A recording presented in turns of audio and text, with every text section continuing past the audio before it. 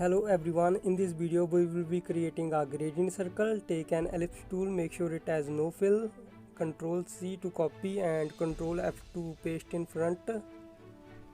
Let's reduce the other circle's size. Now I will align it to the center. Click on align it to horizontally center. Click on this small circle and hold down Alt and drag it down to make a duplicate copy of it. Now select all these layers and I am going to merge these by using shape builder tool. As you can see, I am merging these shapes. Now select one of these shape and go to gradient, choose linear. Do for the other one also.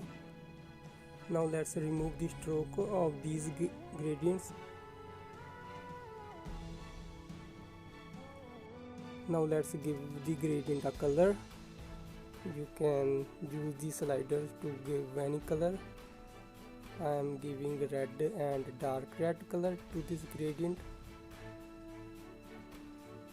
Now we will save this gradient by go to swatches, click on new swatch and name this gradient. Now let's select it and click on the swatch. Now we will be changing the gradient position by going to gradient tool and drag these sliders. Same for this one. So that's it guys.